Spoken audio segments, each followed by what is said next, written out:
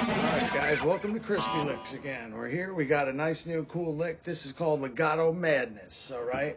And this will get you your fingers in some serious shape if you stick with it.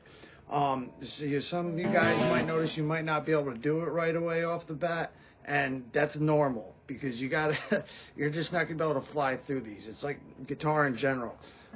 So you want to make sure you can stretch this 3, 5, 7 first, right? And then 3, 5, 7 on the next string, and then 4, 5, 7. That's the first part of this lick I would get.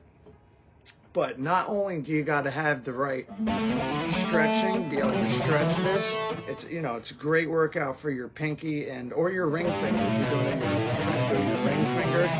But that may get a little difficult. You really want to use pointer finger for 3rd fret, 5th fret. You want your what is this? The middle one? Yeah, you want the middle one, and then you want the pinky for the 7th fret. So you go. Because these two fingers are kind of like a package deal, yeah, so you want to spread it out this way. Even if you don't have a strong pinky yet, you'll get it practicing this. And then another thing I'm doing to know right off the bat is that I'm lightly muting with my palm. I'm lightly palm muting some of the notes back here, so that way they don't ring out and you hear more of just the lick I'm playing. So like when I'm going, you can almost kind of hear it. Like that's it with a little muting. Here's it with nothing. It's a little, you get a little more messy in it, especially with the lay on. And I got a slight amount of chorus on, but I'm going to take that off right now, so that way you just hear it just with the distortion and the slight delay preset I have.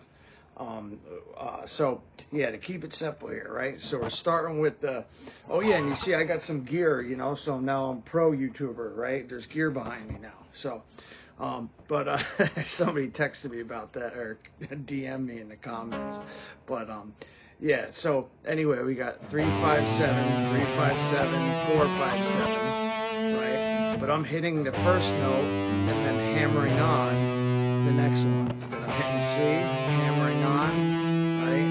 And then I'm hitting the 4, 5, 7. So there's one pick stroke for each one of these lines, right? And I'll put it this way so you can see the tabs better, right? We'll get really more up in here, right? So we got the 3, 5, 7. We're hitting it with one pick each time. And then we're going to the next shape, which is 5, 7, 9, and down the next 3 strings. Right? But I'm doing the same thing. I'm picking it once, hammering on, picking it, hammering on, picking it, hammering on. And even if you can't play this fast at first, that is fine. Just go slow as you can, and then speed it up till you start making like mistakes, and you can play like 70-80% of it, but there's some mistakes in there. So, but you're gonna go. Then we're gonna switch position up to 7, 9, 11. And if you notice here, because we got the B string, that gives us a little kink. So if we want to keep going in our scale of G major or E minor, we got to keep that pattern going to keep us firmly in that scale. So we got to go 7, 9, 11, 7, 9, 11. Then we got to go 8, 10, 12 for the last 2 strings. So for the B string and the E string, you go 8, 10, 12, 8, 10, 12. Okay?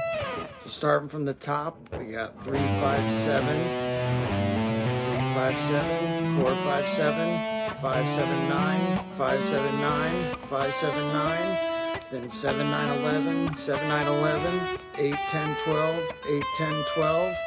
All right? And then here's where it gets a little interesting. Right? So this part now is when you're down here. This is a cool thing to practice on your own. There's tons of stuff, guitar players that use this, right? So once you get down to here, I'm going back to this 8th fret here. I'm going all the way up, like on the lick is tabbed, right? And then I'm going down. And then when I get down to 8, I'm sliding up to 10, and I'm doing the same thing again, same shape, still a fret between each finger, right? So I'm going.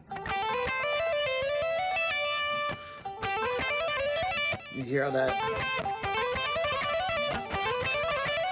And usually I'm hitting the string. Now, how before I was hitting the string in the beginning and hammering on, for this part, I'm hitting the string, hammering on, and then when I pull off, I'm hitting it again. You know, I can hit it when I slide and hit it here again to do this part. You can hit it just once with a slide, but it's up to you and what fits your playing more. So we got this,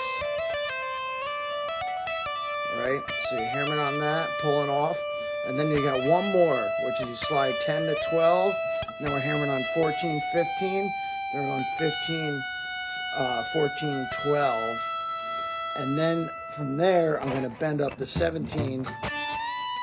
You'll see I had to kind of pencil it in there because the tabs ran out of space. So, but bending up this, you know, and you can put some vibrato on it, and then just 15, 17, because this is ending us right on an E note, which is what, you know, the key we're in. We're in E minor.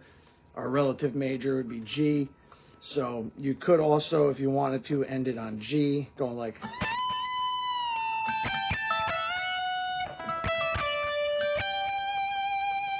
You know, like, because there's a G right here. So any way you want to get to it, you can get to it there.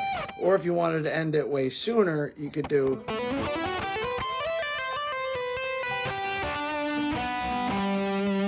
Right, because there's a G major right here. Or if you want the power chord version, right here, right? So you go there or here, right? So you could go, I don't know, like. You know, and end it on that 15 there, you know, after you go.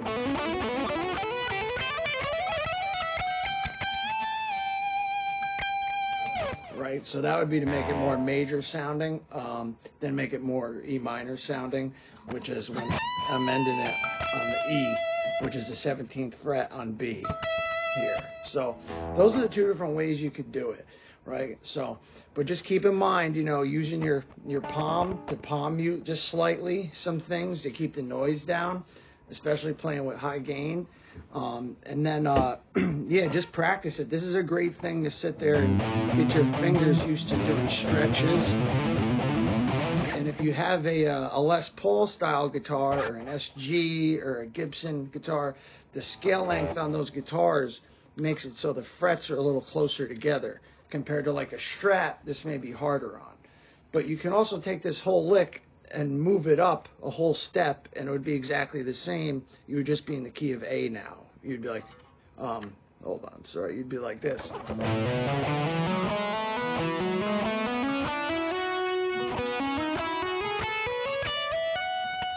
Right? So that would be in A major, right? And then you would go. And then this would be your F sharp minor, which is where that pentatonic box would be. Compared to we were doing it in G, the pentatonic box would be here. But if you do it a step higher, it'll be up here. So instead of bending 17 up, you do 19, 17, 19 on B. Okay, so it'd be